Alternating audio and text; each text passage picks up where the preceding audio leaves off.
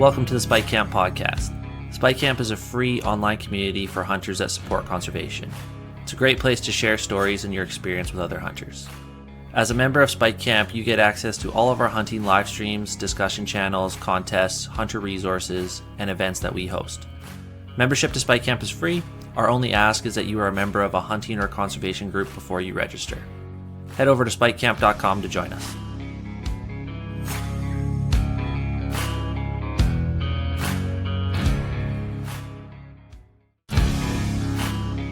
This episode of the Spike Camp podcast is brought to you in part by PackAlarm. PackAlarm is an ultralight bear alarm designed for the backcountry. PackAlarm creates a perimeter around your camp that alerts you to incoming predators or bears with an audio alarm. Weighing just half a pound, the PackAlarm Pro is over 7 times lighter than other bear fences, and it fits in the palm of your hand, making it easy to stow in your pack. You can string out a perimeter as big as a basketball court with approximately 300 feet of line in a single PackAlarm. Visit PackAlarm.com to learn more and order one for your next trip into bear country. Welcome to the Sheep Camp bonus round. As mentioned last week, we are going to be featuring sheep-related content on the live streams from now all the way through the end of August. And tonight's guest is Rob Kopecky. Rob is an Alberta resident who actually grew up in BC. And he has harvested sheep in both provinces. He's also hunted Dall sheep in the Northwest Territories. And the lucky man also won a desert sheep hunt and was able to complete the North American Grand Slam for sheep. So I'm super jealous about that. But Rob, congratulations and welcome to Spike Camp. Yeah, thank you so much, Chuck. Great to have you. Now I know you spent a lot of time in your life in BC. Maybe you could just give our members a little background on Rob, where you were born, raised, where you're from, and that. Yeah, you bet. So I was actually born in Oshawa, Ontario, and when I was about 5, I got smart and told my parents we need to move west. And my dad, he wanted to live in the mountains and stuff, and found a job in Kimberley, BC. So they moved us to Kimberley when I was 5, and I lived there right through till high school. Finished up high school there. When I was about 10, my dad got really interested into hunting through some coworkers and started off doing a lot of road hunting and stuff. So I joined him in that. It was an opportunity for me to get out and enjoy the outdoors. When I was about 15, my dad had a cousin that also lived in British Columbia, and he was a mountain hunter, and he introduced us to hunting mule deer up in the Alpine, up down in the Bull River Valley. Okay. And that really opened my eyes to what's available in the mountains and what it's like to be up there.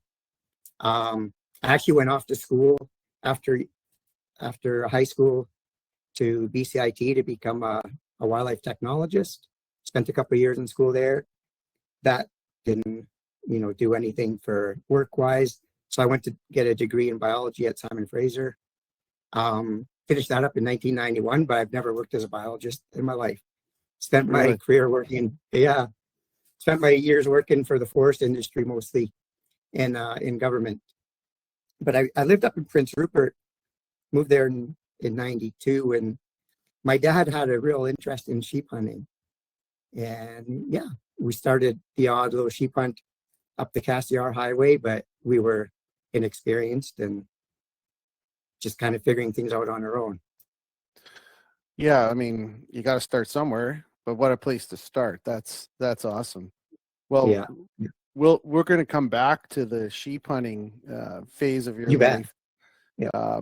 But I want to kind of talk about your role and your passion for conservation. Thank you very much for sending me a bio. It's really helpful when someone does that. It gives me a chance. And I met you. I've met you a couple times. I met you last year at the Chapter and Affiliate Summit in Calgary. But you were so busy, man. I hardly had a chance to talk to you. You guys hosted a great event there, and I know you're super active. But some of I'm sure some of our members here will recognize your name from your tenure with the Wild Sheep Society of BC. So maybe just tell the folks a little bit about your conservation background with both BC and Alberta. You bet. Yeah. Yeah. So like many hunters, you eventually get to a point where you want to give back a little bit, and, learning sheep hunting and all the time outdoors. I had a good friend that was involved in the Wild Sheep Society of BC, and I had a chance to start going to their banquets in Kamloops and met some more of the board members and more people that, go to the event regularly.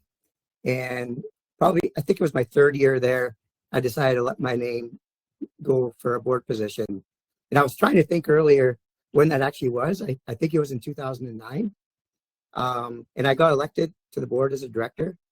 I did 2 terms as a director, and then a term as vice president and a term as president. And that took me up until 2014. And actually at that point I moved to Alberta. So I didn't rerun for president at that point, and stayed on as past president for a year. And then when that ran out, I ran for the board in Alberta for the Wild Sheep Foundation Alberta board in 2015, and I got voted in as president then, and I did 4 years as president. Then I took a step back for as a northern director for a year, and then I did 4 years as vice president, and now I'm in a director role again. So altogether 10 years on the board in Alberta and 6 years on the board in British Columbia. Wow. It's such a commitment. People that have never volunteered or sat on a nonprofit or charitable organization board, it's really difficult to understand the magnitude of the small things that happen behind the scenes, and all the work, all the countless hours. And it's just a statement to your character, my friend, that you've put all those years in, and congratulations on that. That's amazing. So, tell us a little bit about Wild Sheep Foundation Alberta. We're very connected with your organization. You guys were right out of the gate. You were one of our first adopter groups or conservation partners to kind of welcome Spike Camp into the fold, and have been so ever since. So I'm just curious what you guys have. I want to give you a few minutes to talk about some of the projects and stuff. So the floor is yours. Okay, absolutely. Thank you. Yeah, we've had a chance to meet, and I really appreciate Spike Camp being a supporter of us. And I know you include us in as one of the organizations to turn points for your sheep stakes raffle. Mm-hmm. So I appreciate that as well. That, it helps with our membership and our fundraising as well. So Wild Sheep Foundation Alberta has been around since 1999. So we're 26 years plus into it. We have about 1,060 members total. That number fluctuates, up and down as people's membership come up for expiry. But interestingly enough, more than half of those members are life members. We currently have 618 life members. Wow. And I think it really shows the dedication to our cause and our vision and mission and mandate and what we try to accomplish here in Alberta. Either that or our life membership rates are too cheap. Yeah, it's kind of a catch-22, right, with the life membership, because it's one and done. So, the hope obviously is to grow by mass and get more and more members. But yeah, I hear you. Absolutely. Yeah. Yeah. And so, we're a strong organization that, and one of the major stakeholders that the province looks to when they're looking at making wildlife decisions in the province, and come to us for feedback and input and, some collaboration efforts. We also have a chapter of our organization that's based out of Edson. They have their own board, but two of their board members sit on our board as well. And, we work really closely together and have a couple good banquets every year. Typically our banquets are in March for Red Deer and April for the Edson one. And we try and raise as much money as we can. We raise money through our banquets and raffles, but we also are able to apply for Minister Special License funding. And that money is the money that's raised from the sheep auction tag in Reno, as well as the raffle tag for a resident sheep hunter here in Alberta. Hey, And so Rob, we're able to, sorry, yeah, sorry to interrupt. yeah. Do you know offhand what those tags generated in revenue last year at Sheep Show? As far as the bid Yeah. goes, do you know? Yeah, I don't remember the exact dollar figure, but it was in the high 300s, almost 400,000. I thought it was Oh, that's amazing. 390 US, something like that. Mm-hmm. It was significant. It was amazing. And, the record, I believe, for the Alberta tag previous to that was 404,000. It's incredible. So we're really close to that. It's incredible. Yeah. And of course, the resident one that's done on a raffle raises significantly less than that, but it still, contributes to the conservation in the province. So between all those funding sources, we're able to access dollars and do a lot of different work. Chuck, you would have seen last year at the chapter and affiliates, we talked about a big wish project in Grotto Mountain, so just outside of Canmore. It's a important habitat area for bighorn sheep, right next to Canmore. We find there's a lot of mortality to bighorn sheep there currently, either through highway vehicle collisions because the sheep are coming down to the road to want to feed on the grass that's there. And the reason they're doing that is because the forest encroachment of conifers and shrubs and everything. And it's just, forcing out the grass in the area. And then also too, there's a risk of predation because while the sheep's line of sight is no longer there because it's so thick in the bush. And we found a lot of mortality from predators there. Sure. So we wanted to look at opportunities to bring back some of that habitat and had a few studies done and figured out that there's about 190 sheep that utilize this range every year. So it's a pretty key area. But being that it's so close to Canmore, to do a prescribed burn in the area would be a tough sell. So we looked at doing some mechanical clearing, as well as hand clearing. And we did a call to action at the chapter and affiliates last year that you would have seen and raised $192,000 towards this project. So that was last June. So we're 13 months into it. And we've done a fair amount of work since then. We've identified the polygons that want to be treated. We've started a lot of the stakeholder engagement, started the permit application process, and hope to have permits approved in hand for this coming winter and to start some of the clearing. I think there'll be some opportunities for some member volunteers in this work, especially when it comes to the areas that are more sensitive and we want to do hand clearing versus machinery.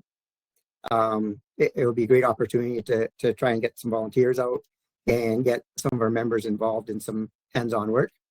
And it'll be a fantastic project. And, we see this as a multi-year project. It's not going to be done in 1 year. It's probably going to take a few years to get everything what we want to do. But our consultants also have inventoried the forest there, and there's some merchantable timber in the area, and it's thought that we could potentially sell some of that timber as well to create another revenue source to keep going with that project. Right. So I think that's one of our big projects that we have coming up, and we're in the midst of it, but the on-the-ground work will start soon. Another one also in that Bow Valley area, those that might have driven the highway between Canmore and Calgary in the last several months may have seen a new overpass that was constructed. And that overpass is in an area that's utilized by sheep fairly regularly on the south side of the highway. There's other ungulates that use it, elk and deer, quite regularly as well. But we see that as an opportunity to do some clearing as well and open up that forest a little bit. And we expect that the contractors are surveying that site within the next couple of weeks, and there'll be opportunities for volunteers there as well for doing some of the burn piles when we get to that point. It's kind of a neat project. It's kind of, we're doing this piece of it. Ministry of Transportation did the overpass in conjunction with another, various other partners. And it's a great little project, I think, that's going to be highly visible to a lot of traffic. So we have a chance to do it right and showcase some some work that we can do and increase wildlife habit, not just sheep, but several different species of wildlife. Yeah, I was just going to say, I mean, you can't get a much higher traffic zone in sheep country than Canmore. I mean, with both of those projects. And I know the one you were referring to with the encroachment of the forest coming down the mountain, it was really a big eye opener for those of us on the tour. I can't remember the gentleman, but the fella from the Alberta government who was sort of hosting us on the tour. Can't remember his name. Maybe you can help me out there. Yeah, John. John. I can't remember his last. And Grant Chapman as well was there too. Grant, I think. Yeah. Yeah. So they were, just comparing and pointing out visually where it was 20 years ago versus where it is today. It's actually incredible how fast it's come down the mountain and thickened up. And both of those projects, I'm sure you're going to have, as soon as you start promoting the project and looking for help, that's the beauty of the wild sheep community. You'll have volunteers, I'm sure, and we'll be there for you too. We'll push it out and promote it as much as we can. Perfect. I appreciate that. Yeah. So, what other kind of things do you guys have going on that people should know about? Yeah, we have another burn planned in the Evan Thomas area. So just outside the village of Kananaskis, it'll be highly visible from there. We have the fire breaks and fire guards put in place, just waiting for optimal conditions to burn it. And it's another area that's utilized by a little over 250 bighorns annually. So it's another pretty important sheep habitat area. Maybe a couple other projects worth mentioning. We had an interesting one come up over the winter here. We got notified by local trappers and guides in the Panther River area about a fence, a bison fence that was put in around Banff National Park when they were introducing the bison into the park. They built a fence along the perimeter, and then they built a secondary fence a little further outside of the park. And the idea was to keep the bison from coming back out the Panther and into the Ahatinda and who knows where else, and keep them in the park. But the word we got from local trappers and guides was that this fence was actually causing a disruption to other ungulates. And specifically, they came to us because they noticed a decline in sheep populations and sheep movement of their regular ranges in there. So we hopped in a helicopter in May, along with a biologist, to kind of look at it and confirm that, yeah, this is an issue. And we were able to write to the government and talk to government officials about it. And as of the fall of last year, so by September, both those fences have been removed. And we found that, the cost of a helicopter flight and some advocating with the government, it paid off, and we were able to get that done pretty quick. We were pretty pleased to see that. Yeah. And then we have I'll talk about a couple other projects. We have quite a bit of collaring work being done around the province as well, mostly in southern Alberta right now. Over the last couple of years, we've deployed, I think it was 88 collars on rams specifically. Unfortunately, 12 of them have been lost to predation since collars went on them, but we still have a number out there. And we're kind of just trying to, gather research data on movement across Southwest Alberta, maybe get an idea of, are they moving in and out of British Columbia, or where are they coming and going from? And also, connectivity to where domestic sheep are. Are they coming close to contact with domestic sheep? Because probably that southern piece of Alberta is our highest risk to interaction with domestic sheep. We're also going to do a similar project coming up here. We just got some funding approved for collaring of ewes for similar type work to see their movement. What habitats are they using for lambing more specifically than what we're guessing? Let's get some actual data. And we're going to be able to try and use that those populations and involve volunteers in doing some sheep counts down the road. So hopefully, that will be coming around soon as well. Maybe another kind of focus for us is around disease. And so we have some projects around managing disease risk in the province. So some of you may be aware that back in 2023, we had luckily a small outbreak of Mycoplasma MOV, Oh, yeah. for short, in a small herd of sheep in the Sheep River Sanctuary. And we end up having to, well, not us, but the government officials went out and had to remove a number of sheep there before they came in contact with a large herd of ewes and lambs that were in adjacent ranges.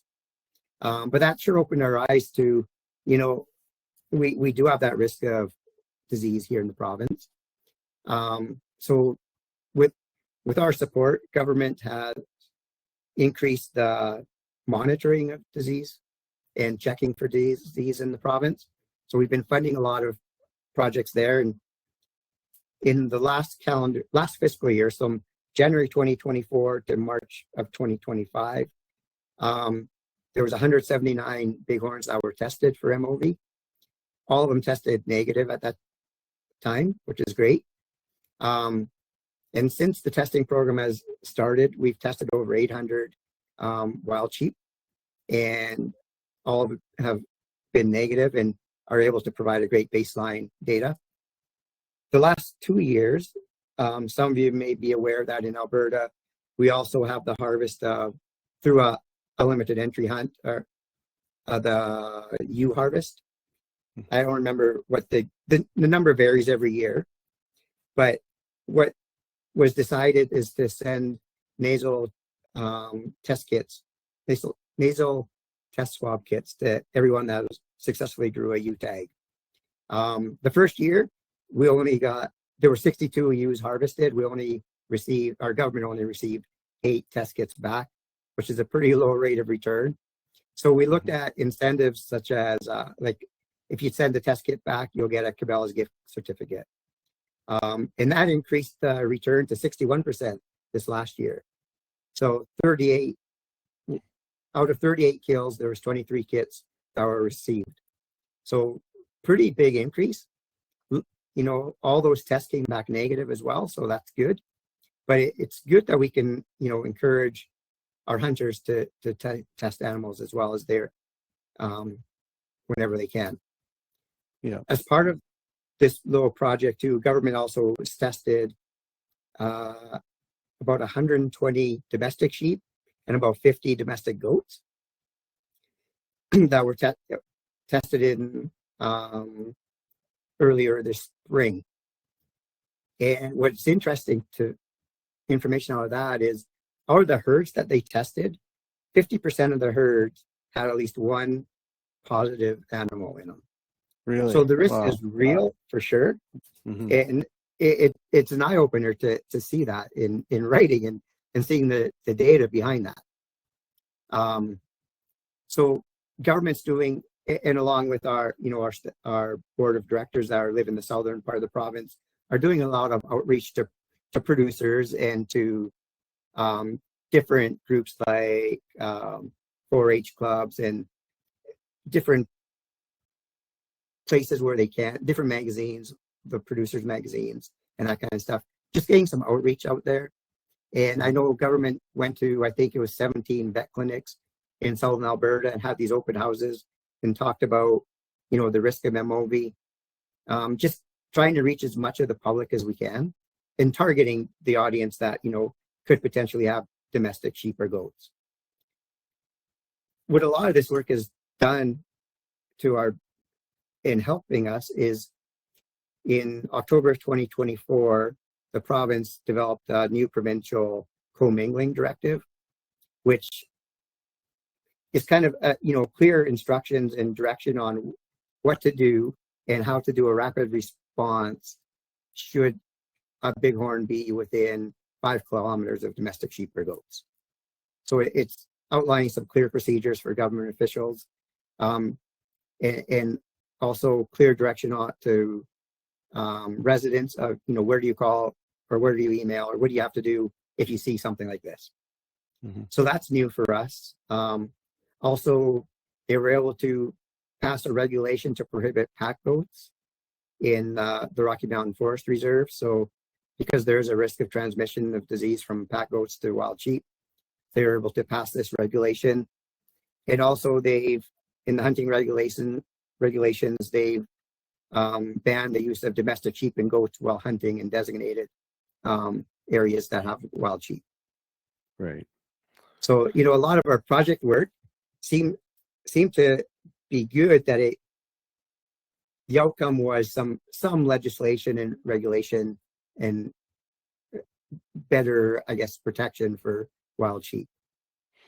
Oh, for sure. You know, I would just add something that I found fascinating and was very impressive from the outside looking in. When we went on the tour of the Sheep River area, we did a bus tour out there. Yes. And Grant kind of told us the entire story, which could be a podcast in itself, about that close call and the outbreak, and how quickly the reaction time from the Alberta government and the Wild Sheep Foundation, it was incredible. And I was sitting on the bus beside my good friend Bill Jex from BC, and Bill and I had a conversation about this and comparing notes about what, you know, how impressive that was, because it was instantaneous. It was literally, it was almost military in action, the way both of your organizations acted to prevent that and control it. So I think if that hadn't happened, that could have decimated a lot of sheep. It would have been horrible. Absolutely. Yeah. I think that herd of ewes and lambs that was in the adjacent range, the number was around 100 animals in that herd. Mm-hmm. And that could have been devastating. Yeah. Could have wiped them out instantly. Yeah. Well, yeah, I was just going to say, we're very fortunate to have, you know, our current government and government officials that are willing to work really closely with us. As you would have seen in the chapter and affiliates, you know, I think we're, out of the chapter and affiliates of the Wild Sheep Foundation around North America, we're one of the more fortunate ones where we have a government that's actually trying to be involved with this organization. Absolutely. You know, Minister Todd Lowen and his executive director, Matt Vesco, and Grant Chapman, they've been down to Reno the last few years, promoting the sheep auction tag and being there to talk to people. They spend time in our group. They organize a meeting for anyone from Alberta who wants to attend. We'll give you an update on what's going on with sheep in Alberta. They're just fantastic to work with. And yeah, can't say much more. Many good things about it. It's definitely something that can be looked up to from other governing bodies, for sure. So you guys are lucky. And, you know, like I said, both organizations working in tandem. It's impressive to see all the work you guys are doing. So well, that's awesome, Rob. Is that it? Is there anything else you want to update us on, or does that cover it? Yeah, you know, we have maybe just a couple of, that's, I think, that our big projects. You know, we have a lot of other little ones, you know, ongoing and stuff, but a couple event type things. I mentioned our banquets already, but we also this weekend, this coming weekend, in a couple of days here, we have our inaugural Bighorn on the Bow. It's a fishing tournament on the Bow River for brown trout. Nice. It's our first one ever. We're starting off small, but we really hope to build from there, and it'll be a fun time. It's an opportunity for people to fish world-class waters with a fly rod for brown trout. We also do some work with youth in the province. We've been doing a northern youth camp for several years. Mostly our folks out of the Edson group have been coordinating that because it's being held in Hinton. We've opened up a couple opportunities last year and this year to members from the Wild Sheep Society of BC as well. You know, working with Kyle on that. But last year we thought, you know, it'd be nice to try and do something down south in southern Alberta too.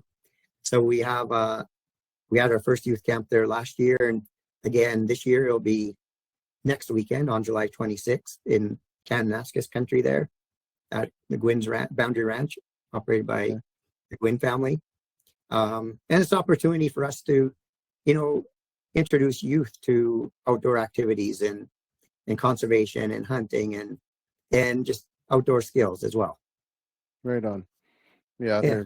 those programs are awesome, and there's lots of them available to youth throughout both provinces. You just got to, it's unfortunately you got to dig around a little bit, but you guys do a really good job. I've talked to Paul Chambers about the northern one, and it's a lot of fun. It sounds like a great time for kids. So congratulations on that.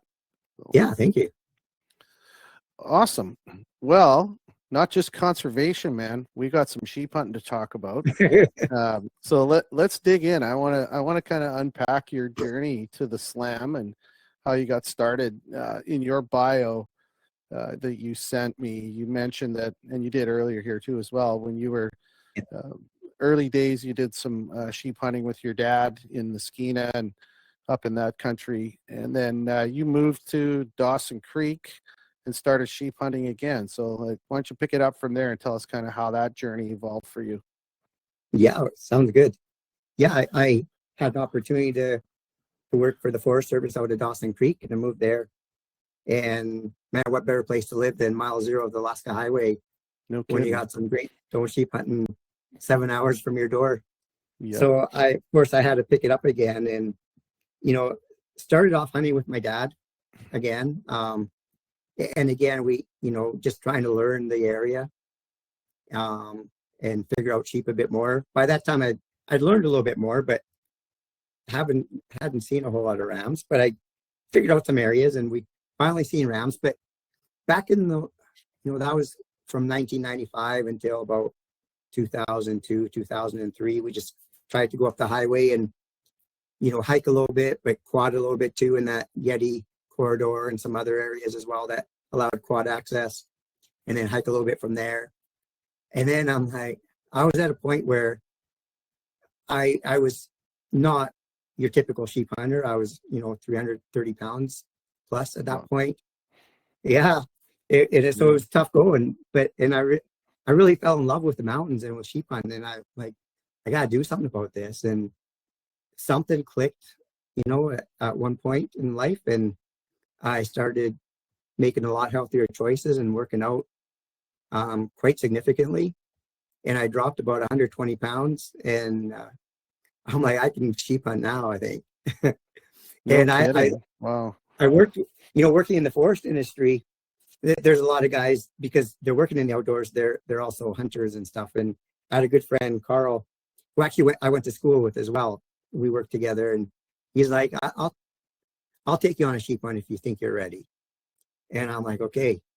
In 2006, he took me to a spot. He's quite successful sheep hunter. At that point, he killed like 5 rams already, and been on probably double the kills with buddies and stuff. And so he took me into the area, but he said, like, be ready. It's a full day and a half hike in.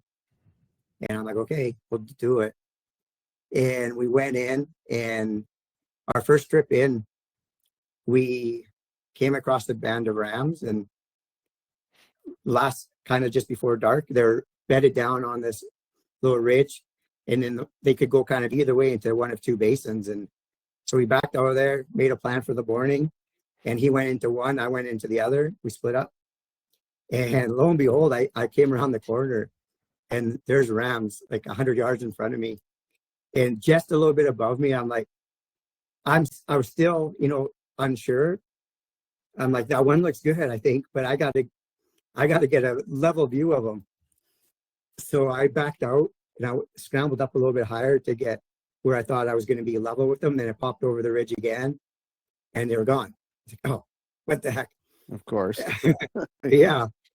And then all of a sudden I looked up, and I seen a ram pop up above me, and then another one, and then another one. And they're standing on this little rock, looking over the edge, looking at me.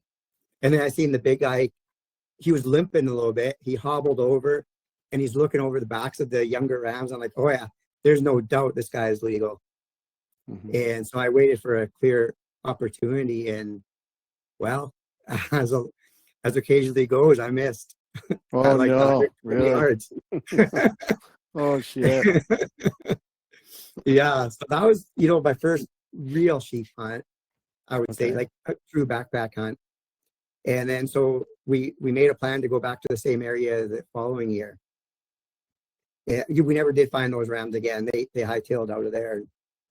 we watched them go up and over the mountain and into an area where we knew that the outfitter was hanging out. So he may not have lived too much longer, but Yeah, probably not.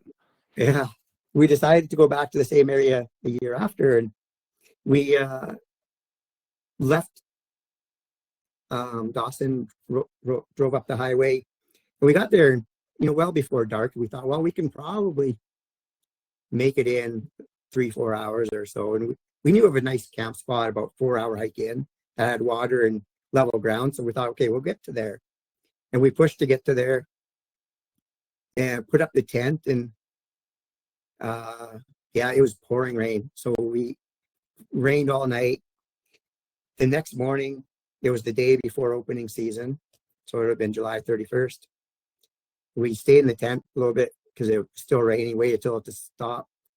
And it stopped, and we thought, well, we'll let the tent dry out before we roll it up and continue on. So we're just kind of hunkering, hanging out, eating lunch while gear is drying.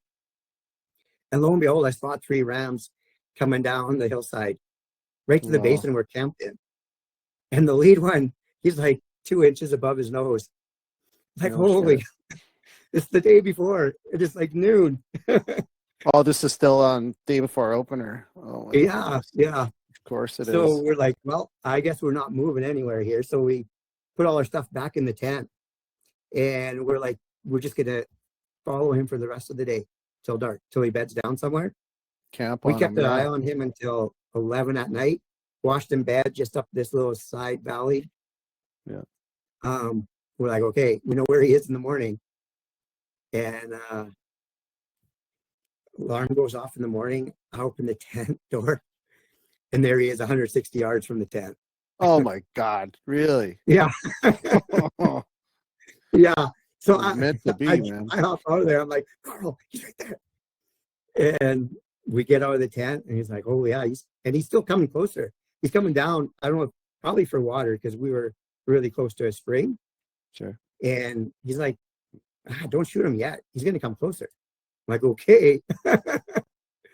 And so yeah, I waited and waited and waited, and got him at like 32 yards from the tent. Wow. So I gotta ask. So were you freaking out a little bit because of the miss from the year before close range? Yeah. Oh yeah. Yeah. For sure. And I think that's why Carl didn't want me to fire at him at 160 yards. He's like, just wait. He's coming closer. He's not concerned at all. He hadn't heard a gunshot yet that season. So yeah. So that was, I got my first stow on opening day of 2007. And so we took care of him the rest of that day. It was an interesting trip. Took care of him the rest of that day. And we thought, well, we're up here for 10 days. We might as well. Carl's got a tag still, so we'll hang around and hunt. So we finished hiking into where we were planning to go. And on the way there, we spotted a band of 5 rams. So I'm carrying the ram and loaded down, but we're slowly making our way. And we spotted a band of 5 rams, and 2 looked really good. So we dropped our packs, and Carl's like, yeah, let's have a look. And we went after them, but we couldn't get a close to look at them. But when we got to where they were, we glassed across way down the valley and spotted a really good ram bedded like several kilometers away. But, our optics back in those days weren't the greatest. So I think we had a Bosch & Lomb Elite spotting scope, kind of your initial starting scope. And we think you look good, but we need to, get closer. So we went back to our bags and kept going towards that ram, set up camp close to him. And then the next morning, the outfitter rides by with a horse, and we start talking to him. He's like, oh, we're going to go get that ram. We're like, oh, is he legal? He goes, yeah. He was by age. He wasn't by curl, but he was 9 years old. And he let us look through his spotting scope, and like, that was it. I'm buying a Swarovski spotting scope now. That's it. Dropping the money. He could tell from not miles back, but quite a ways back that the ram was legal, and we couldn't with the optics we had. So we watched that play out. The hunter got the ram, and then they couldn't find it, but we luckily had seen where it fell, and so we helped guide him into it, and they took care of it. And the next morning we thought, well, we'll go up this other basin, and we went up there. I don't know, we're about an hour from the tent. And there's a band of 18 rams, and there's a few legal ones in there, but they were Wow. they were 800 yards away, starting to work their way up to their beds.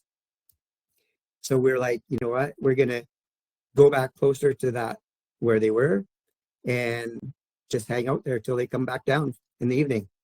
Mhm. And sure enough, you know, an hour before dark, they just filtered out one by one. I don't know. Carl ended up shooting his ram at 12 yards. Really? Yeah. Holy smokes. Yeah.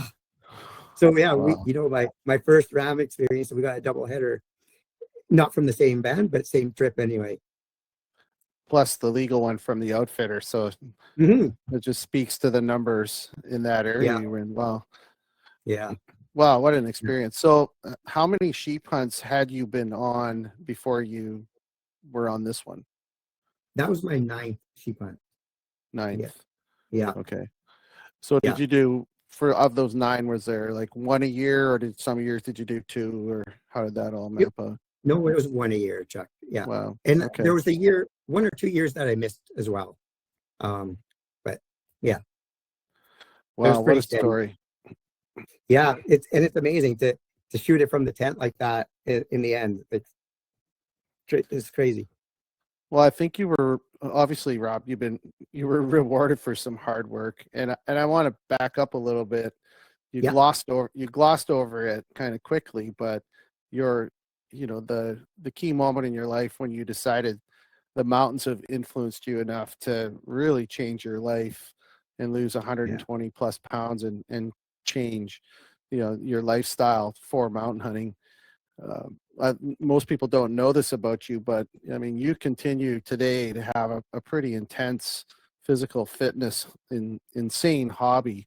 Why don't you tell us a little bit Yeah. about that? Give some Sure. viewers Yeah. here some context on Rob. Yeah. You know, I picked up the hobby of running, and then more specifically trail running. And it started off as, you know, I'll do a little run here and there. When I was living in Dawson Creek, Tumbler Ridge has this run they call the Emperor's Challenge. It's about a half marathon. It goes up and over Mount Babcock. Fantastic race. And man, I fell in love with running trails there. I did that. At that point, before moving to Alberta, the furthest distance I have ever run is a half marathon. And I moved to Edmonton in 2014, and I started looking around for running groups and stuff like that. And I found a trail running group here called Edmonton Trail Runners, coincidentally. And yeah, I started running with them. And man, the inspiration I got from these people, everyone there run an ultra marathon on trail. And I'm like, at that point, I thought, that's insane. There's no way. Mm-hmm. But slowly and surely, you start hanging out with these people, and you're running and running, and it's amazing what a body can push through. And I find it's a way to also, you know, be ready for sheep hunting. You know, No kidding. Yeah, I'd say you can pick up at the drop of a hat. Someone wants to go sheep hunting, you're ready to go because you've been running trails forever, all year basically. And I run all winter as well. And you know what? When I was 49, I finally decided to go beyond that half marathon distance. And I'm 56 now, so it's only 7 years ago. I'm pretty recent to this part, the ultra running. So I thought, well, I'll try a 25K race. And oh, geez, you know, that wasn't so bad. That wasn't much harder than a half marathon. So the next day I signed up for a marathon at the Canadian Death Race up in Grand Cache. And did that when I was 49. I'm like, oh, I didn't hurt. I didn't die. I think I can do more. And then you get these silly thoughts in your head. So I'm like, okay, I'm turning 50 soon. I'll do a 50K. So I signed up for a 50K and I did that. I didn't die. I almost died, but I didn't. And I did a 50K. I'm like, holy, what else are you capable of? And so that was my first ultra was when I turned 50. I did a 50K. And I've now completed 20 ultra marathons up to 100 kilometer distance. And it's, you know, running in the mountains, I get the same feeling as I do when I'm sheep hunting. just that peacefulness, remoteness, and just, I don't know, just, it's almost relaxing. It's hard, just like sheep hunting is, but it's relaxing to be up in those mountains. You know, I just did Sinister 7 this past weekend, and you're up in the, you know, I summit the Seven Sisters, which is behind Crow's Nest Mountain, at like midnight. You're up there. I shut off my headlamp. It's just so peaceful, and I'm like, man, it's quite the experience. And you know what? You see tons of wildlife when you're doing this too. I actually ran into a cougar on Saturday, a little before dark, and it's actually the third cougar I've seen while trail running. And I've seen more cougars trail running than I have hunting. And I'm not sure what the attraction is to trail runners, whether they see us moving through the forest and come to check things out or what, but there's got to be something to it. Well, maybe it's that, it could be the noise and scent or something of all these bodies whipping through. Because I imagine there's a lot of you doing it, and it's not all at once, right? Maybe, who knows? Yeah. That's incredible. Yeah, Sinister 7 is a big race. It has about 2,000 people altogether in it, between the relays and the 100-mile, 50-mile, and 50K distances. So yeah, there's a lot of people out there. It's very interesting. And so, you know, I keep trying pushing myself. I'm doing another 100K this October in Arizona, and I signed up for a 125 miler next May. 125 miles. Wow. Yeah. So it's right around 200 kilometers, just a little bit over. Not that it, you know, that's pushing me beyond anything I ever thought I could do. Whether or not I can do it, we'll see. But going with the mindset, I find, you know, very similar to sheep hunting, this ultra running is what's in your head more than it is what's in your body. I've seen some really good racers quit because their mind gave up. They're much more fit and faster and stronger than me, but their mind gave up and they quit.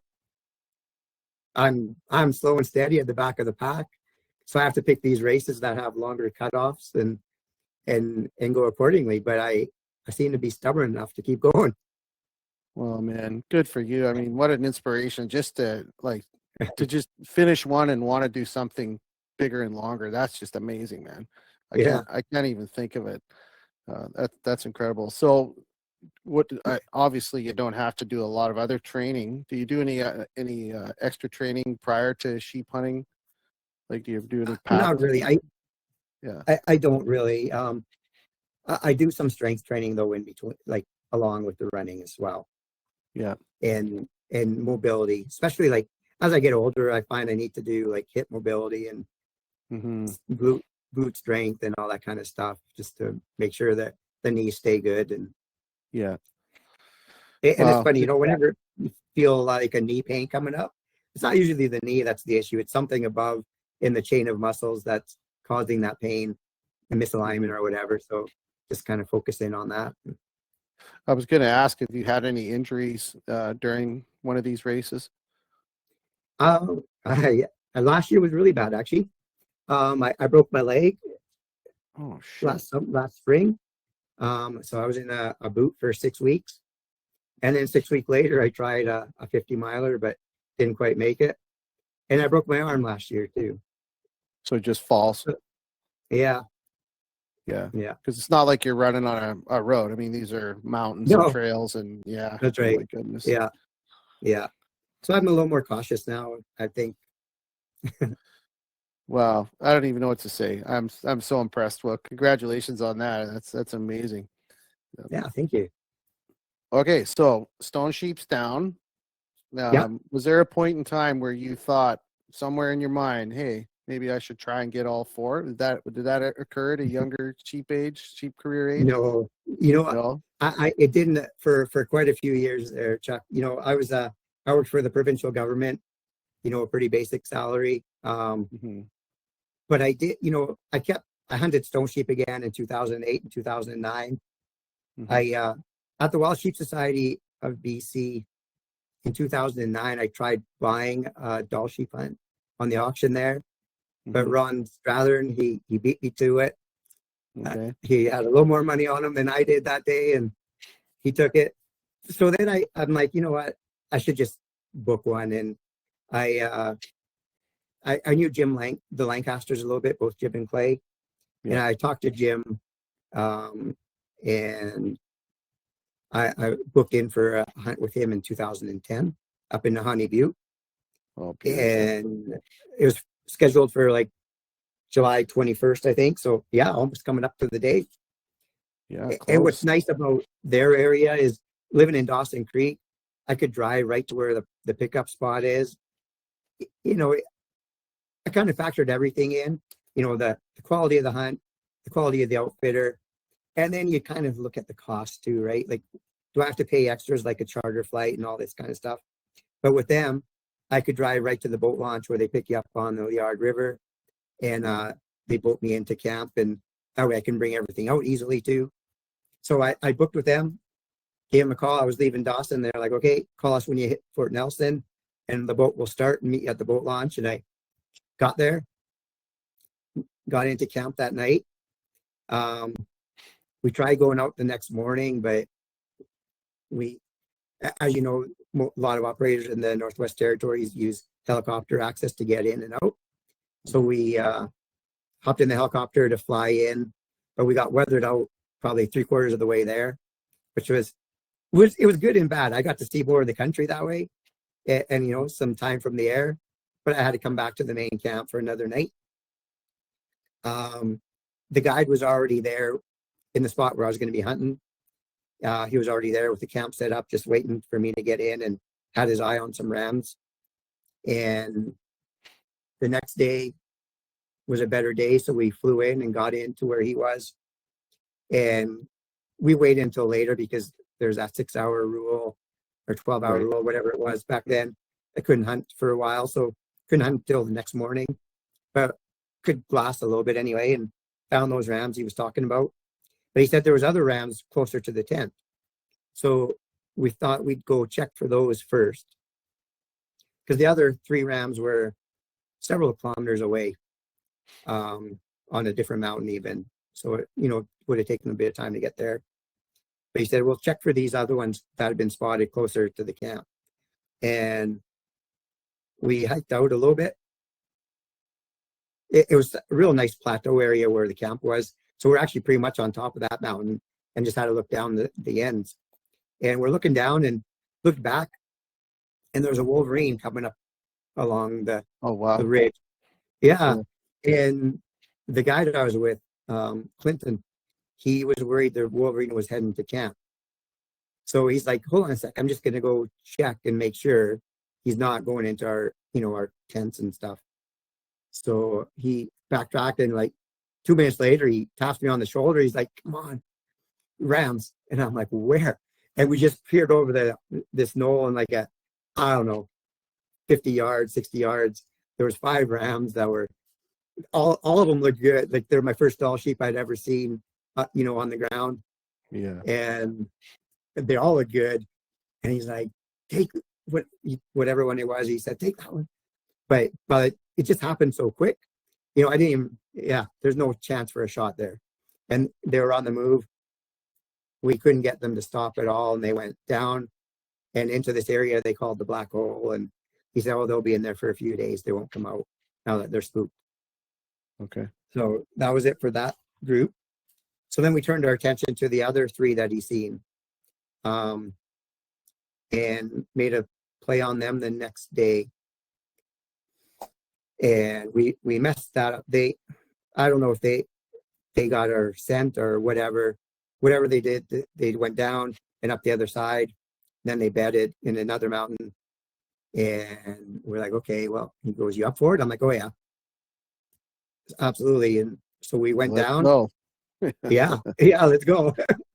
And crossed the creek up through the scrub, got on a game trail, had a little bit of a grizzly encounter on the way up, but nothing too serious. Just we both surprised each other in the brush, and he went the right way and away from us. Good. Yeah. And then we get out of the brush, and we're up near the top of the mountain, and we're like, okay, every rock started to look the same. We, you know, from the other side, we had the rounds bedded below this one rock, but now that we're close, which rock is it? Sure, you know how that goes, right? Yeah. So we're like, yeah, so we're just creeping along. I've got the rifle in my hand in case it's a quick action shot. And all of a sudden, poof, 3 rams stand up and straight down the hill. Like, it was so instant. As many of you know how that can go with sheep. Just gone in like a flash. And we watched them go. What took us, I don't know, an hour and a half to come up, they were down it in 5 minutes, and they were up on their way up the other side. But by the time they crossed the creek and started going up the other side, they stopped running and they were just walking. And that's the way we came from. So we knew how to get there, and we had to go back that way to camp. And so we watched them for a little bit, and they disappeared in this bowl. And we're like, well, you know what? We'll just hunt our way back, and maybe we'll find them somewhere. And we got back up the side we came from, where we last seen them, crept along there, kind of contoured, and we got to the spot where we last seen them. And sure enough, all 3 of them were bedded down. Wow. And he arranged them. They were, I'll never forget, it was 420 yards. And he's like, do you want the fancy one or the broomed one? And I'm like, oh, we're hunting doll sheep. Fancy one looks pretty good to me. Yeah. Yeah, exactly. Yeah. Like, okay, take the one on the right. And so I, get down on a good rest, and we make sure we had all the time in the world. They had no clue we were there, but all the time in the world to set up a good prone shooting spot and get good and steady. And I even dry fired a couple of times, and I'm like, yeah, I'm good. So we're like, okay, let's do it for real. And he ranged it again, told me the distance. I shoot, and man, I skimmed the top of him. Just seen a little flash of white hair. But he stood there, and he's like, you just missed, right on his back.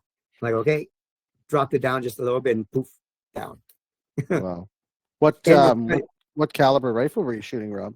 270 short mag. Okay, good caliber. Nice. Yeah. Nice. Yeah, and it's funny, on the mount, you can still see that line through that top hair. Oh, just above his shoulder of that bullet that skimmed him, give him a little haircut. Yeah, and then, it took us a little while to get over to him. But man, it was pretty sweet. And we got to it, and he's on the sat phone before he's even started taking pictures. Helicopter's on his way. He's like, okay, we got 45 minutes to get this thing taken care of. So we got, some great field pictures, got it taken care of. Helicopter landed like, I don't know, 50 meters from us, loaded him in the helicopter, stopped and got camp, and we're out to the base camp. It's happened so quick. Yeah. Fast and efficient. That's crazy. Yeah. What a trip though. Yeah, and I think so many things that kind of come to mind for questions and stuff there. But I think you did it the right way. Like you said, you drove. You had the right outfitter that it just happened to work where you could get jet boated in. They already were sitting on rams for you when you got there. Yeah, so I mean it's awesome. Just a note for everybody on tonight. I'm flying solo, so I would love to be able to click and pull up Rob's pictures of his rams, but it's above my pay grade, and Blake's not on. So tomorrow we'll post them up on the platform on Spike Camp, so you can see his pictures.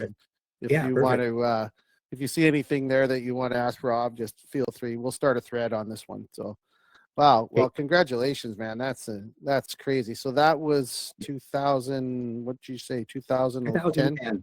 Yeah. Wow. Yeah. And like you had said too, really those that want to go hunt elsewhere, like definitely look into the outfitters and get one that you're comfortable with, and check references and stuff. But the Lancasters are well known in the sheep circle, and I know a lot of people that had hunted with them, and I had no doubts to go with them. And at that, back in 2010, the price was a heck of a lot better than nowadays. I was about to say that. I mean, I've started kind of researching because my retirement's coming soon, and I have a little pipe dream that I want to try and kill a doll sheep as a retirement gift. But if I'm going to do that, I might have to work another 5 years just to do that. But no, that's an awesome story, man. So wow. So you got the stone ram, you got the doll sheep. And Yeah, now you moved. Then you moved to Alberta. So tell us that I little did. journey. Yeah. So, I'm married, have a wife. We don't have any children, but my wife had an interest into moving to a larger center. We'd been in Dawson. Well, I'd been in Dawson Creek for 18 years by the time I left, and she was there for probably 12 of those. Very long time. And opportunity came up to come to Edmonton and work for the government of Alberta. I'm like, sure, why not? Let's give it a try. And then I can hunt bighorns. Sure. I tried hunting bighorns in British Columbia, south of Tumbler Ridge, well, south of Dawson, Tumbler Ridge area in 719. Those that are in British Columbia and the Narroway herd in Kakwa. That's a tough area to hunt. Very. I had the opportunity to fly that a few times with a helicopter outside of the season and had a few ideas where to go. But even with that knowledge, man, it's a tough area Just getting to there. go. Yeah. So yeah, I didn't have luck. Had some friends that did, but I didn't. So yeah, moving to Alberta in 2015, I think it was. No, 2014. No, 2015, because we're 10 years this year. Okay. Yeah. Yeah. I'm like, okay, I need to start, hunting bighorns and looking for bighorns. And so I started looking and hunting and didn't have a whole lot of luck, but I started really getting serious with him in 2017. A good friend of mine, Tyler McMahon, owns Sherwood Outfitters out of the Wilmore, Grand Cache area. She offered to help me out a little bit outside of the non-resident hunting season. So, I went in early and late before the non-resident season, and we spent some time on horseback going through there. Mhm. And the first year I went in on 2017, I did 19 days stretch the first time in there. Oh wow. And didn't see it. Long time. Yeah, I didn't see a ram that whole Really? time. Yeah. As good as the Wilmore is, as you're figuring it out, it's hard to necessarily find rams, right? And yeah, Mhm. couldn't find a ram. Seen a lot of using lambs, and maybe young rams mixed in, but never got close enough to, see if they were rams. Definitely nothing even close to legal. 2017, I went back a second time, kind of the last 5 days of the season, just Tyler and I. He left one of his tents up that we could use and left some hay in for his horses. We get in there and someone's using his camp, but he was all right with that. And we kind of just shared everything. And then I think it was 2 days later, we spotted 2 really big rams south of his camp. And man, but you had to cross a big river, and I'm not that experienced on horseback. And he's like, I don't really want to take you over there because that isn't easy. He said, if we had one other experienced horse guy, we'd make a go at it and we'd get you across. But it's just you and I know. So we just had to watch these rams and from a distance and let them go. Wow. And then the next day, we went to another spot and we found rams. And we found one that was probably, definitely a squeaker. Definitely a squeaker. We were like, we watched them and aged them. By this point, I was getting better with aging. And of course, Tyler, he's been on many, many rams. He's very experienced. We both got him at like a 5-year-old ram and kind of just right there. And we looked at each other about the same time. And he's like, what? He said, if you or I ever killed that ram, we'd never hear the end of it. And I'm like, you're absolutely right. Mhm. So we let him go. Well, I shouldn't even say let him go. We didn't even consider stalking it at that point. We just watched him, hoping a bigger ram would show up. But one didn't. The next day, a resident hunter did get him, and we seen pictures of it. And he was very illegal, but he was a 5-year-old ram, Okay. so really young. We ended up having to pull camp after that because the snow came, and it was October 30th, and we're like, we better get out of here when we still can. So we left a day earlier. I went back in 2018 and did a 12-day hunt in there. Seen some rams, like day one, some good rams, and could never get on them. Seen lots of ewes and lambs after that.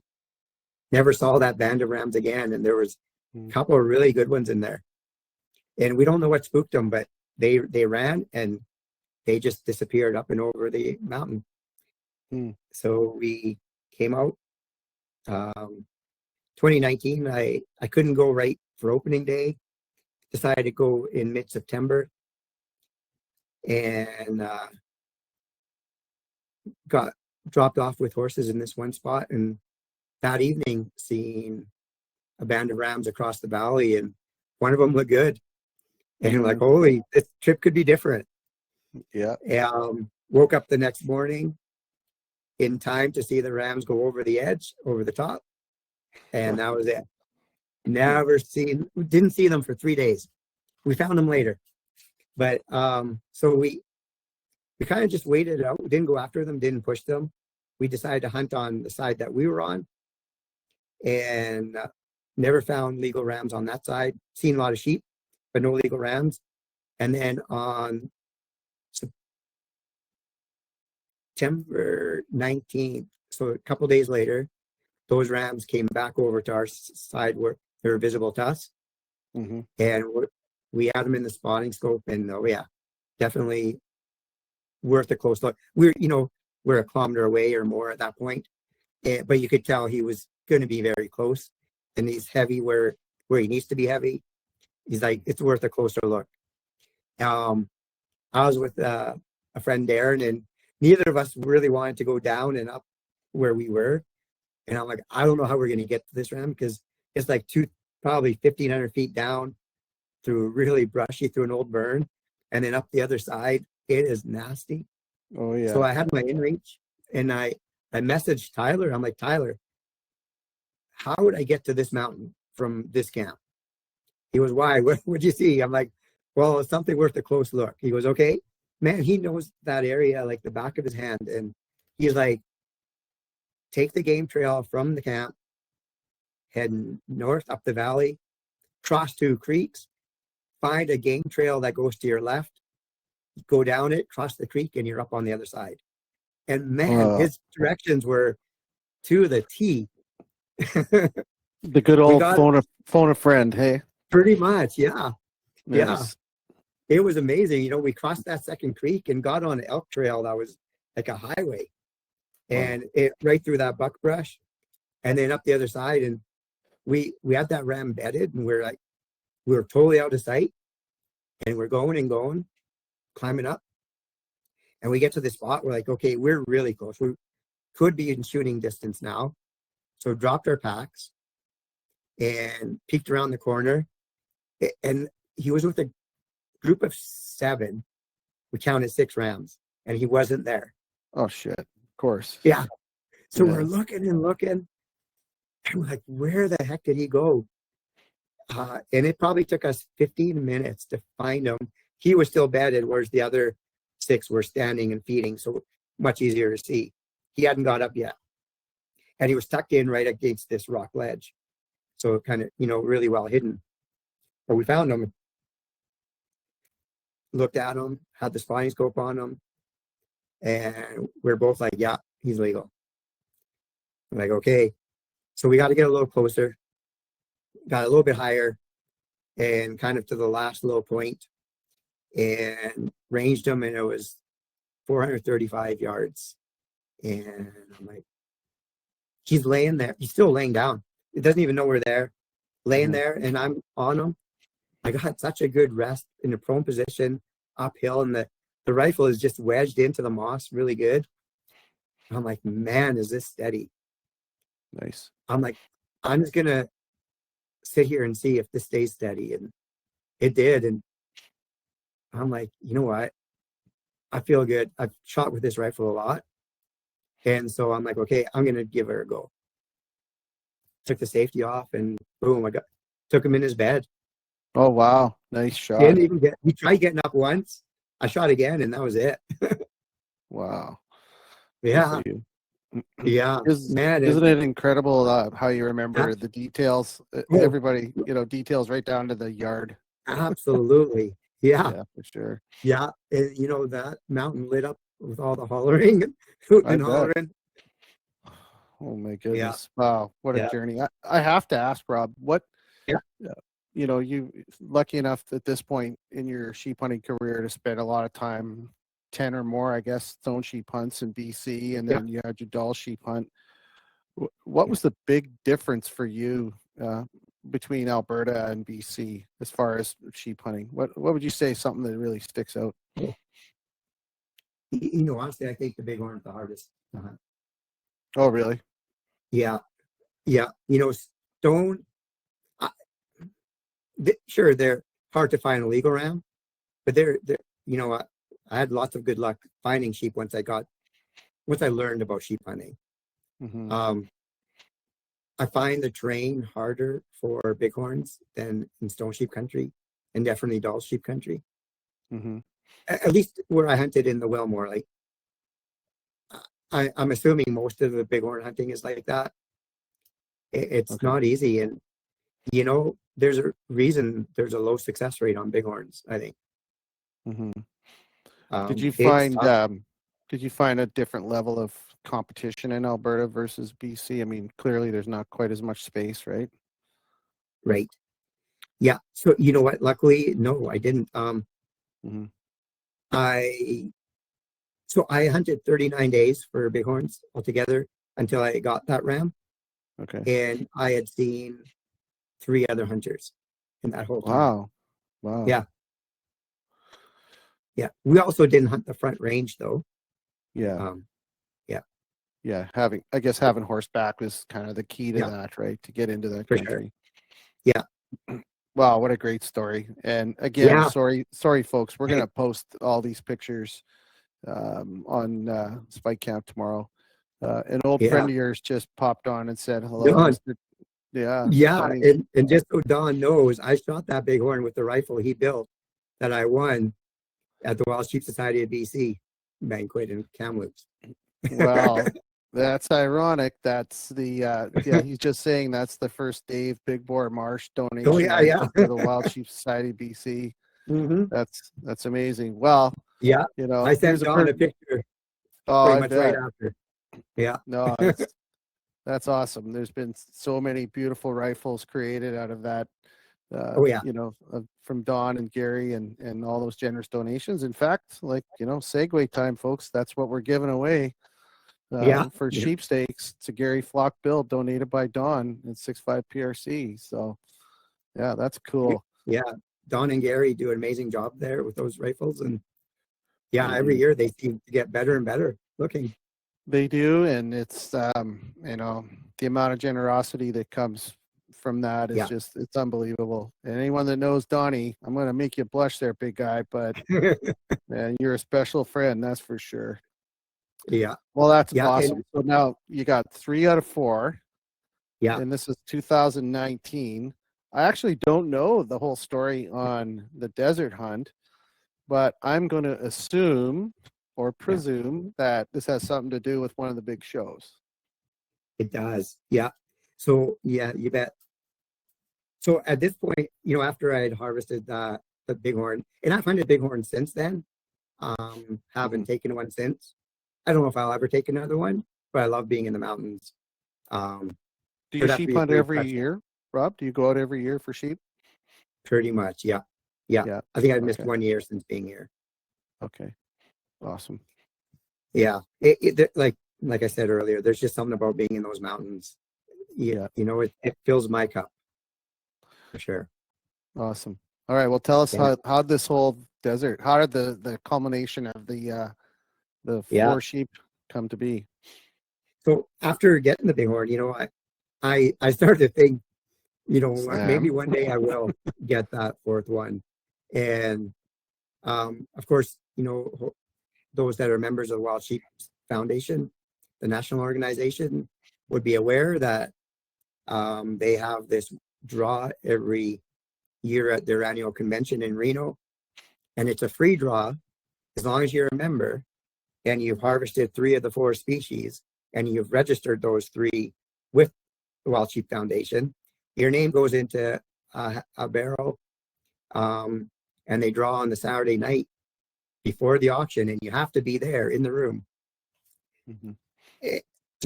if they call your name and they raffle off your fourth sheep, whatever they call it, the one more for four draw. One more. So they don't have the hunt organized or anything beforehand because they don't know which of the four species the successful raffle winner will need. That kind of gets all sorted out after. But there's an opportunity, and I highly recommend, because that barrel is not very deep. No kidding. Yeah. Yeah, I'll tell you later, but obviously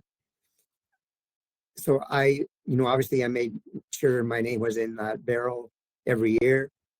And there's years where they draw 6, 7, 8 names and that person's not in the room. Yeah. I had the opportunity to draw the names this past year. It was the 6th person finally that I drew that was actually there. And somebody I know, actually, a friend of mine, Daryl Sword from BC. Oh, yes. Now flat. Mm-hmm. But I also drew a former board member from Alberta. I think he was probably the third or fourth name I drew, but he wasn't there. That's got to be just a kick in the guts, eh? If you're not there and you find out later. Could you imagine? Oh, my God. Oh, yeah.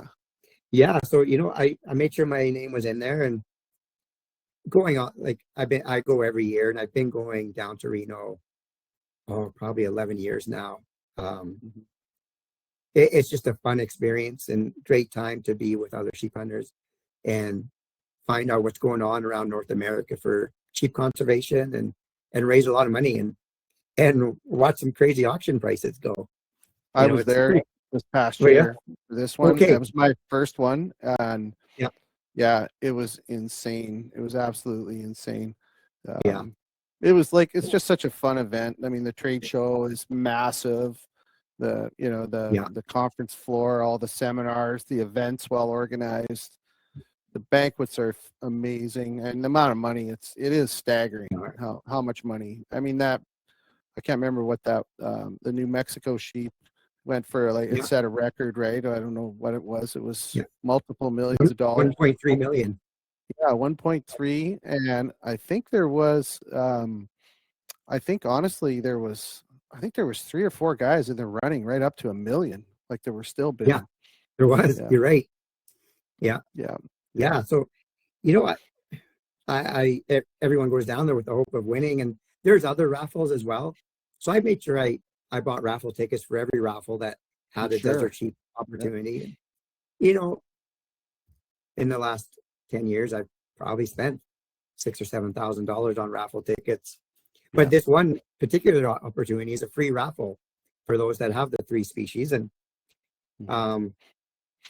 in 2023, I was down there, and I didn't go down on behalf of the foundation. I went down just to myself and just kind of check things out. And I actually started, doing some tire kicking about desert sheep hunts and talked to a number of outfitters to, what are prices like and all this kind of stuff. And my finance guy was there as well, and he pointed me to a direction of a couple of guys. And obviously, so just for the record, Rob, my finance guy was there too. That's my wife. There was no frickin' sheep hunt being bought by Chuck Farley at that show. So finance guy. No, sorry. Anyways, no, you're absolutely right. My wife, I never talked to my wife about it yet at that point. So I was really just kicking tires and window shopping. You took the finance guy, but you didn't talk to the wife. Excellent.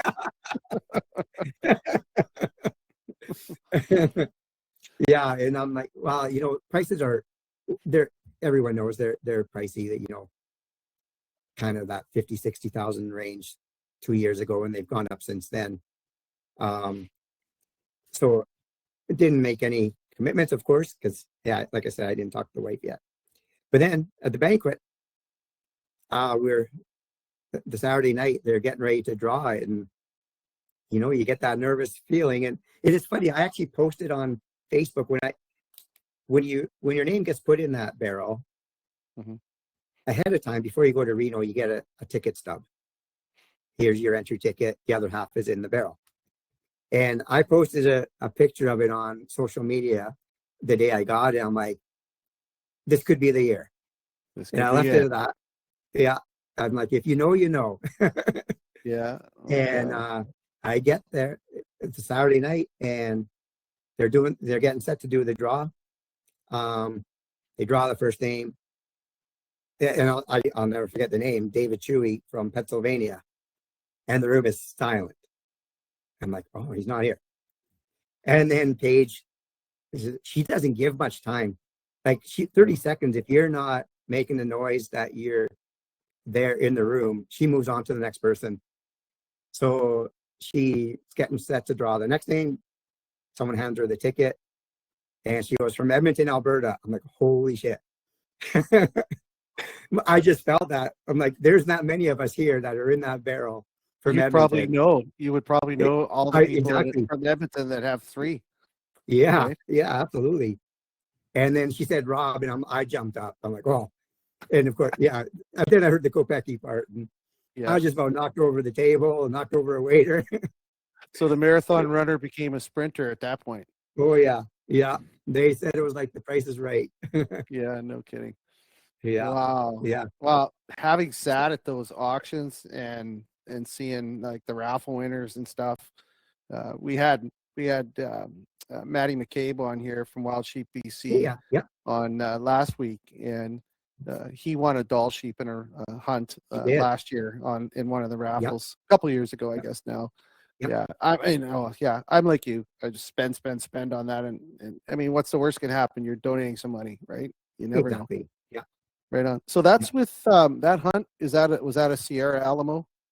No, it wasn't. Okay. So right away, like after going on stage, picture time, and all that stuff, and meet so Bernie Fiddledy and his family are the main people that started this One More for 4 thing.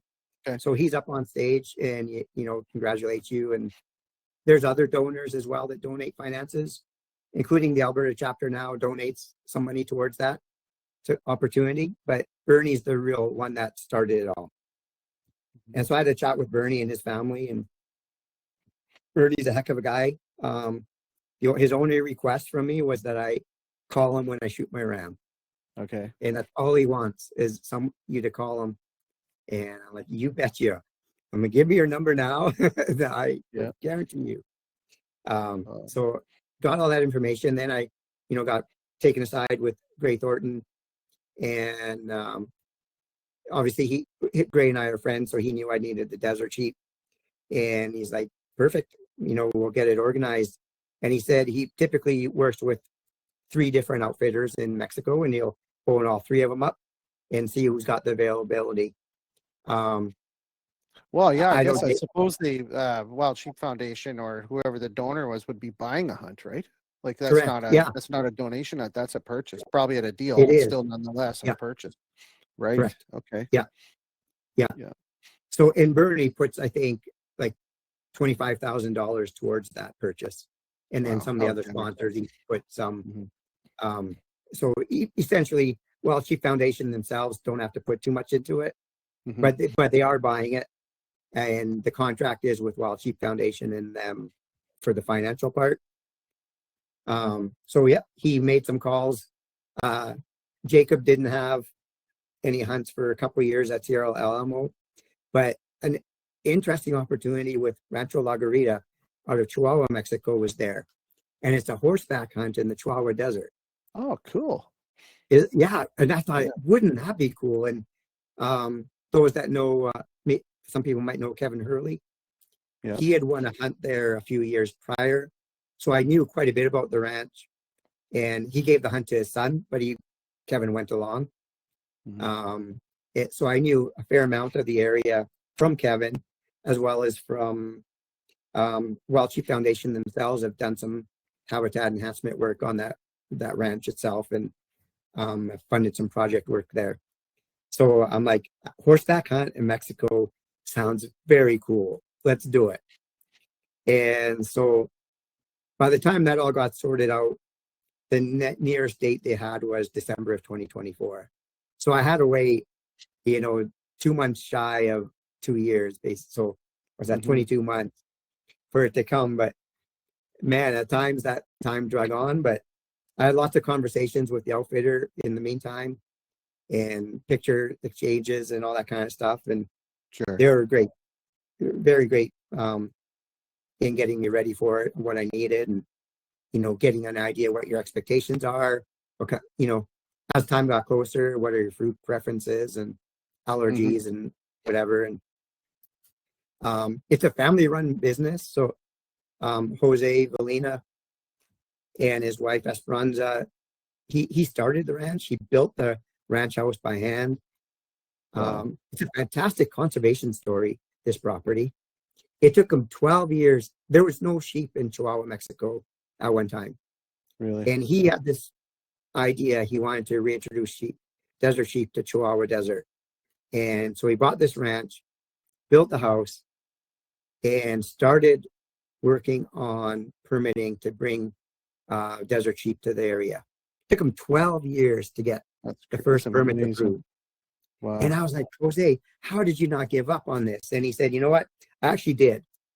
I gave up on this dream, but then a friend of his became the senator of Chihuahua State, who was friends with the senator in the Sonora State. And he said, you know what? I will talk to the senator in Sonora and we will work this out for you. And got him the first permits approved. Yeah, I think over the first 3 years or 4 years, he had brought 34, 35 sheep to the property. They now maintain a steady herd of about 400. Wow. Wow. That's amazing. Yeah. Fantastic conservation story. And in any excess, they actually sell off to other ranches, and help repopulate other areas. They're not a high fence at all. Initially, when they first started off, they used to keep a small source herd under a high fence to make sure, they didn't die by predators or anything else. But he said once they got over 300 animals, they took down that fence and didn't need it. Yeah. Like, let's make natural conditions. And amazing conservation story. And so, yeah, my hunt was booked for December of 24. And it just so happens I was going to be there over my birthday. Nice. Yeah, I flew down. The idea was to fly into Chihuahua on the morning flight and land and drive out to the ranch that day. So I got there and was met at the airport with Jose and his crew. And, thankfully, the outfitters down there, they help you with customs as well. Yeah. They sent somebody to my side of customs who was fluent in Spanish and had all the paperwork for the customs guys. And, my check of my rifle and my paperwork and all that went by really smooth, which was really good because it would be intimidating if you're by yourself, because as soon as they see you with a rifle, the military police and the border guys, they swarm you. And I think I had 8 officers around me, and they're inspecting the serial numbers, make sure it matches the paperwork. One person's videoing everything. Everyone else is checking and triple checking everything. Yeah, very overwhelming for sure. Very. Yeah. But thankfully, they made a smooth process and get through. And Jose's like, you know what, we're going to take a private plane into the ranch today. Just, it'll be quicker and smoother. And I'm like, sounds good to me. Yeah. So we hop in a private plane and fly into the airstrip there and get there. And the way they set it up, the hunts, is you're the only hunter in camp. If you're coming with somebody, then, you're together, but they don't mix and match parties. It's one party at a time. Get there. Jose and his wife are there, and then a cook and a guide and a wrangler. They call them cowboys down there, but essentially a wrangler. And met with them, went up to the house, checked the rifle, and the next morning, the horses were waiting at daybreak. Oh, cool. And it was so cool. I never took so many pictures in my life like on this trip. And like, my initial hope was my dad would get to come with me, the person that started me in all this. But he's, 82, and he's had some not major health issues, but he's to the point where he was worried about, having a health issue that required medical attention that would cut my hunt short. And he's like, I don't want to do that to you. And he said, I don't know if I could handle being on a horse. And I'm like, I get that, because I don't know if he's ever ridden a horse. So I mean, God forbid he falls off the horse, right? Like yeah, that's gotta exactly. be something too. Yeah. Yeah, Hmm. absolutely. So yeah, I get it. So I went just by myself, offered the opportunity to somebody's, last minute when my dad officially said no, but it was just too short notice for people. So yeah, I was there by myself, and Jose and Esperanza spoke really great English. The guide himself, David, terrific English. The wrangler, like Not so much. no, he would know thank you, he would know ram, and he would know big ram. Yeah. It usually had something to do with Yeah, like this, probably, right? exactly. Yeah, for sure. Yeah, yeah. Funny guy too, like heavy smoker, but man, could he get those mountains under his belt? No problem. Yeah, no doubt. Yeah. And so yeah, we struck out, the first morning on horses, and man, we're like 10 minutes from the house, and spot a band of 4 rams, and I'm like, holy smokes, that ram right there is bigger than any ram I've got. I'm already. I'm like, are we taking them? He's like, no. It's day one. We can do better. I'm like, okay.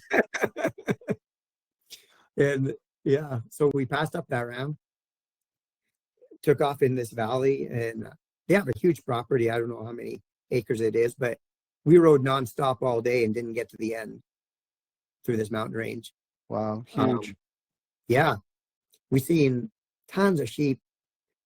I think the first day was probably our lowest count, but we seen over 30 sheep, and I think there was 9 rams in there, and there's definitely 2 that were really good in my book. To them, they were average rams, but in my book, I'm like, oh, I'd be happy with any one of those. Sure. But they're like, no, sure. yeah. So then, yeah, go back at night, have dinner. The next day, the idea was the wrangler was going to take the horses to where we finished off the day before. We would drive the truck to there and take off on horses and continue our journey through the mountain valley there. And we took off on horses, and an hour later, we're coming up onto a guzzler. And, being in the desert, one of the habitat improvement pieces there is they put in guzzlers for, water source. We're coming up on one, and there's a band of rams above it, bedded down on this mountainside. And man, I got some really good video footage of them through the Olin phone scope thing. And I'm like, man, these are some good rams. And he's like, yeah, they're pretty good, but not today. I'm like, okay. Oh, no. Oh, jeez. And then we go a little bit further, and then Jose spotted this ram. I don't know how he spotted him across on the flat desert. Wasn't even in the mountain anymore. And he just spotted a head of a ram going through the cactus. And we got on him with the spotting scopes, and I ranged him. It was 900 yards. And I zoomed in fully with the spotter and my phone on it. And I got some good footage of him, and he's a really good ram. And we decided to get closer to him, and they're like, no, he's good, but he's not good enough. And I'm like, man, are you sure? Because I have killing me like this. Yeah. And so we're like, okay, I took their word for it, and we continued on. We seen piles of rams that day, but that would have been the biggest one of that day for sure. The third day we went out kind of in the similar area. Oh yeah, we had to go down this canyon, and when we wanted to come out back onto the front of the range, we went down this canyon, and it was so steep going down on horses. I was really glad at that point that my dad did not come, because it took everything I had to stay in the saddle. Wow. It was, yeah, I'm not much of a horse guy either, but it took a lot of work to stay in. And we got down into the creek bed finally and took the creek bed out.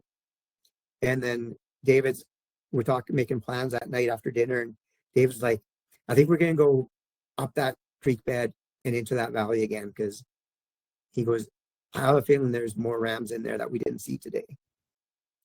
And I looked at him, I'm like, we're going to go up, but we came down. He goes, yeah. I'm like, is that possible? And he said, oh yeah, no problem. Just the horses are good. I'm like, okay.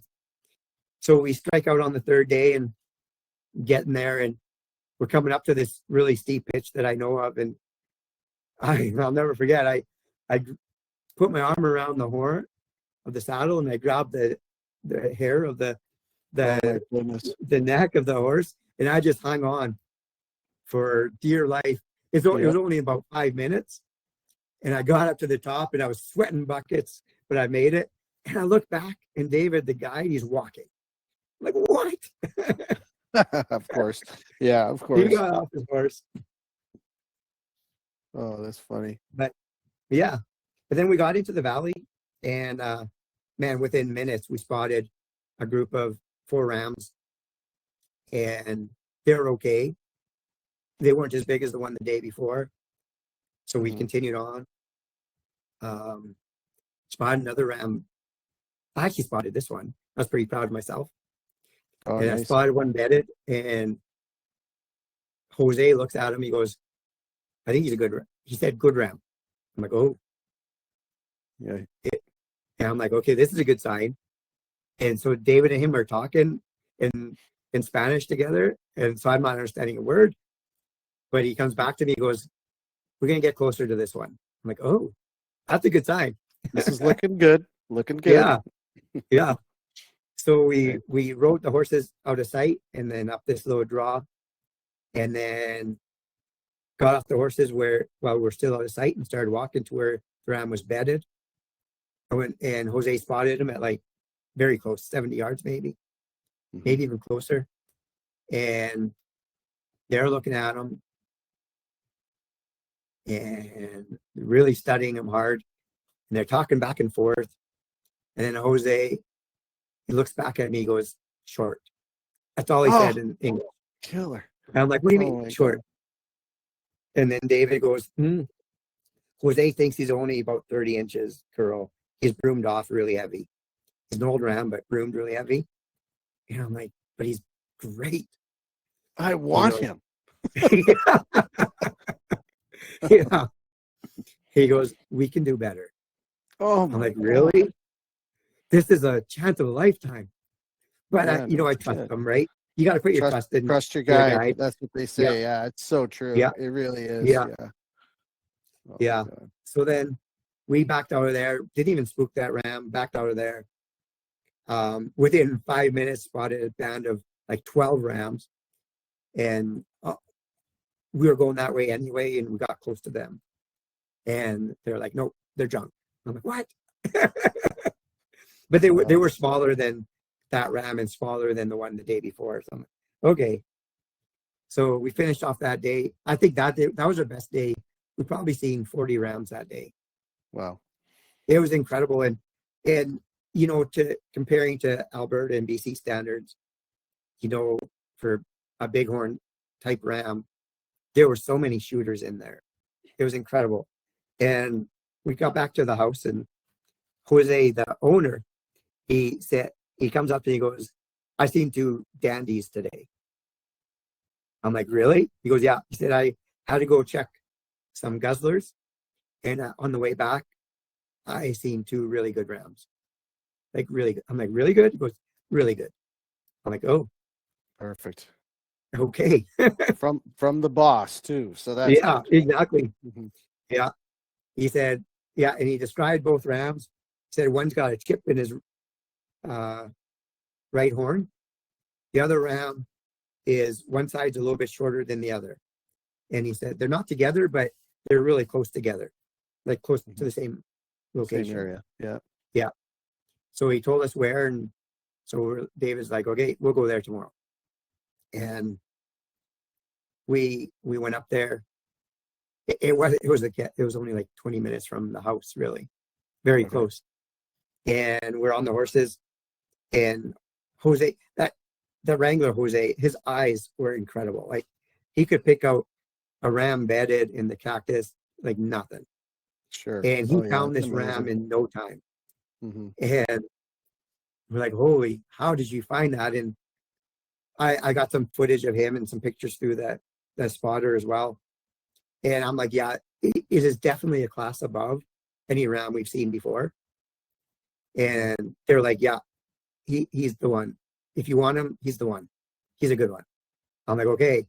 And I ranged him at that point. He was 525. I'm like, I can shoot him from here. Hmm. He goes, no, we get you closer. I'm like, but I can shoot from here. I don't want to lose this one. They take a lot of bow hunters there too. Okay. Because So, yeah. the horses, they seem to be able to close the gap on sheep way better than on foot. And so Mhm. they have a lot of success with archery hunters there. Wow. And That's so, crazy. yeah, it was amazing. And so we watched this ram. He was bedded initially when Jose spotted him, then he got up to feed a little bit. And then we waited till he moved up in bed again, up near the top of the mountain, just below the top. And so we kind of marked, it was really good visual. At the top of the rock mountain, there was a split rock with a big crevice going down from it. And we're like, he's just below that spot. So we made a plan to go up the backside and come up over him. And we were able to ride the horses probably like 2/3 of the way up the other side. Nice. Tied him off to a cactus and hiked up the rest and got to the top. And I was on at that point, like I even had the gun in hand already. Hmm. And I'm like, there's the split rock. So he's going to be really close to there. And Jose looks over. And again, within 2 minutes, spots him bedded still. And like, oh yeah. And he's like, he's good. I'm like, okay. He gave me the thumbs up. And Nice. David, same thing. And I'm like, okay. And David ranged him. He was 107 yards. Oh, perfect. Yeah. Nice. Yeah. So David was able to put my phone onto the spotting scope Mhm. and start the video. And he's like, whenever you're ready, like the ram was up already at that point. And I shot him. I think I shot him twice at that point, and just to make sure. For sure. And yeah, that whole valley lit up with hooting and hollering. I bet. Well, you know what? I've heard a few Mexican desert sheep stories. And Yeah. Of course, getting to do this is it's a Yeah. perk to hear all the stories. You worked harder than most guys, and Oh, the yeah. patience. It sounds like these outfitters really are on their game when it comes to getting you the right ram. Wow, man, that's what a They are. fantastic story, Rob. Yeah. That's awesome. Yeah. Well, Yeah, congratulations, man. thanks, Chuck. Yeah. And, you know, Wow. really cool thing there too, when you get to the, like once you're done with picture taking, they're really good at setting up photos and stuff. Mhm. They brought the horse to the ram, put the ram Oh, on hold cool. and hauled him out Right. whole, and then Oh, hung that him is up there. cool. Yeah, it's very cool. Well, What it a way to sounds like pack a a ram out. yeah, no kidding. You don't hear that very often. I've never heard of a horseback No, me desert either. hunter. Oh, No. that's crazy fun. Wow. So the slam is complete. That must have Slam just was been completed on December 18th, 2024. wow. That's crazy. Yeah. So I just have a couple. I knew we Yep. were going to burn the time, and we have been. And it's Man, been great. that went fast. It does, doesn't it? Well, Yeah. you start talking sheep, and it just Oh yeah. it just flies. So Yeah.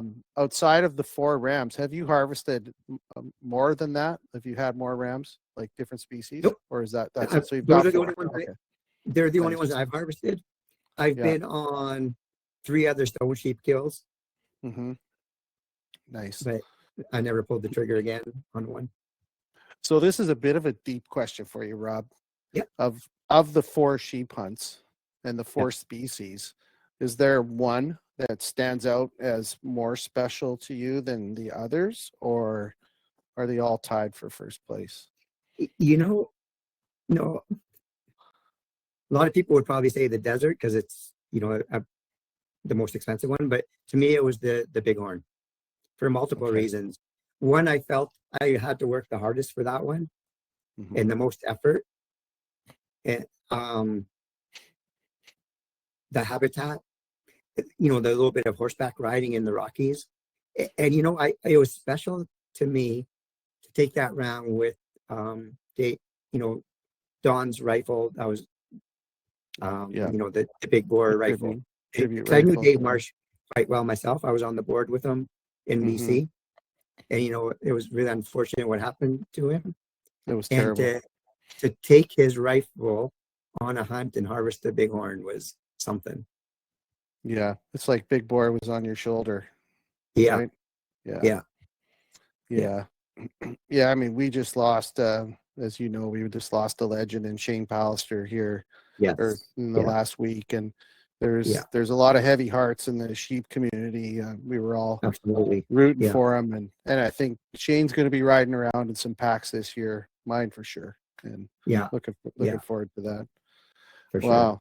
Well, great stories, my friend. And I just have, I usually do a rapid fire thing at the end here. I'm going to ask you a couple questions, but I think you've already done what many people call like at least a dream hunt. You've done 4, but if you got to choose a hunt now anywhere in the world, money, no object, what would be on Rob's list? You know what's on my list right now is an ibex in Mongolia. I don't know why, but the culture of Mongolia really interests me. I think it'd be scary to do the traveling and stuff, you know, with my inexperience of international travel, but what a cool place to go. Well, I'm an international traveler, so, you know, I've done this for a living for a long time. So if you talk to your finance guy, don't talk to your wife or my wife. Maybe we'll do an ibex in Mongolia. I'll take you. I'll make sure you get there. Okay, let's see. Well, I asked the question on which of the 4 favorite wild game meal or cut, I guess would be another way to look at it. You know, probably I have 2 favorites. One that, you know, a recipe from my mom, and one that my wife does. I have to do both. Okay. My mom's is like breaded cutlets with potato salad. That's a good one. Yeah. Fantastic. Yeah. And my wife makes a really good venison stroganoff. Wow. Yeah. Awesome. All right. Well, just one last question, and hopefully I don't get cut off. I'm getting real close here. But if you were to offer some advice, whether it's life-based or hunting-based, to new hunters, what would that be? Oh man, don't give up and follow your dreams. Like, you know, buy raffle tickets. You know, sheep hunts are getting out of hand in pricing. Buy raffle tickets. Someone's got to win. Yeah, and those that are in the 1 more for 4 category, you got to go to Reno, because I meant to say this earlier, but I bet there's less than 200 names in that barrel, and you got to be in the room, and a lot of people aren't. Yeah, for sure. The question, I think it was Jordan asked a little bit earlier in the chat. I haven't forgot, man. I did see your question. Jordan asked me, what was my biggest takeaway from Reno? Well, as a first-time visitor to Reno, I was blown away by a few things. One, the magnitude of the event itself and how well organized it is. The shows, the dinners, the everything was just first class all the way.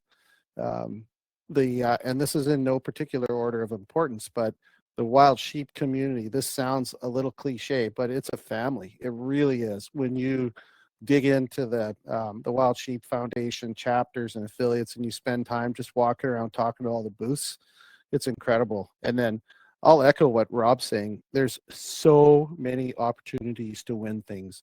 There's contests on the vendor floor at different vendors for draws and raffles. There's the raffle tickets you buy in advance. There's the less than one club.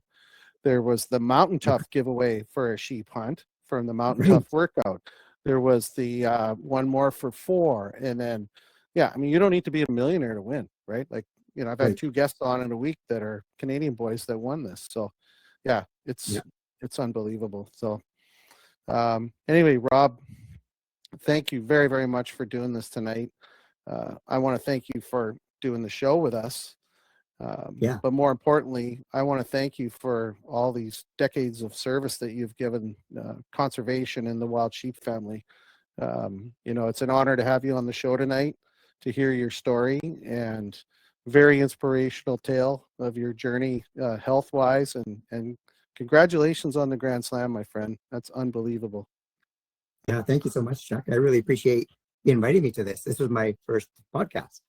Well, you're a ringer, man. You did great. All right, folks. I just got a little bit of housekeeping here at the end of the show. As everybody knows or should know, we just launched the Spike Camp Sheep Stakes donations, courtesy of my good buddy Don. We talked about that. Thanks, Donnie. We got a very beautiful rifle, a semi-custom rifle built by Gary Flock.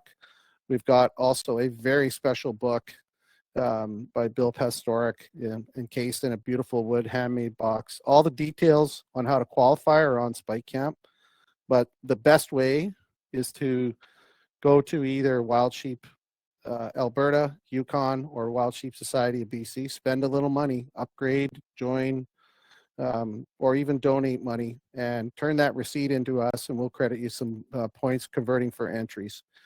You're going to do conservation a favor, and you might have a chance to win something special. So the last thing I just want to mention, we have, I've kind of made a little pledge here for sheep season and sheep stakes, is I'm going to just be driving a bunch of sheep content down your throats over the next 4 to 6 weeks here. I have one more episode lined up for next Tuesday, July 22nd. We're bringing on a good friend of ours, Dylan Forsyth. Dylan is a BC boy. He's going to be talking about sheep hunting. If you know Dylan, then you know it is all about sheep. That's his jam. He has taken a lot of sheep himself and been on countless sheep hunts, and we're going to tell some stories. So that'll be the last one before opener, and then I'm heading north, and as many of you are, and we'll pick it up around the middle of August. So thanks to everybody for tuning in tonight. And once again, Rob, hats off to you, my friend. Thank you very much, and good luck this season. Thank you. You too. And everybody else. All right. Good night, all. Thank you.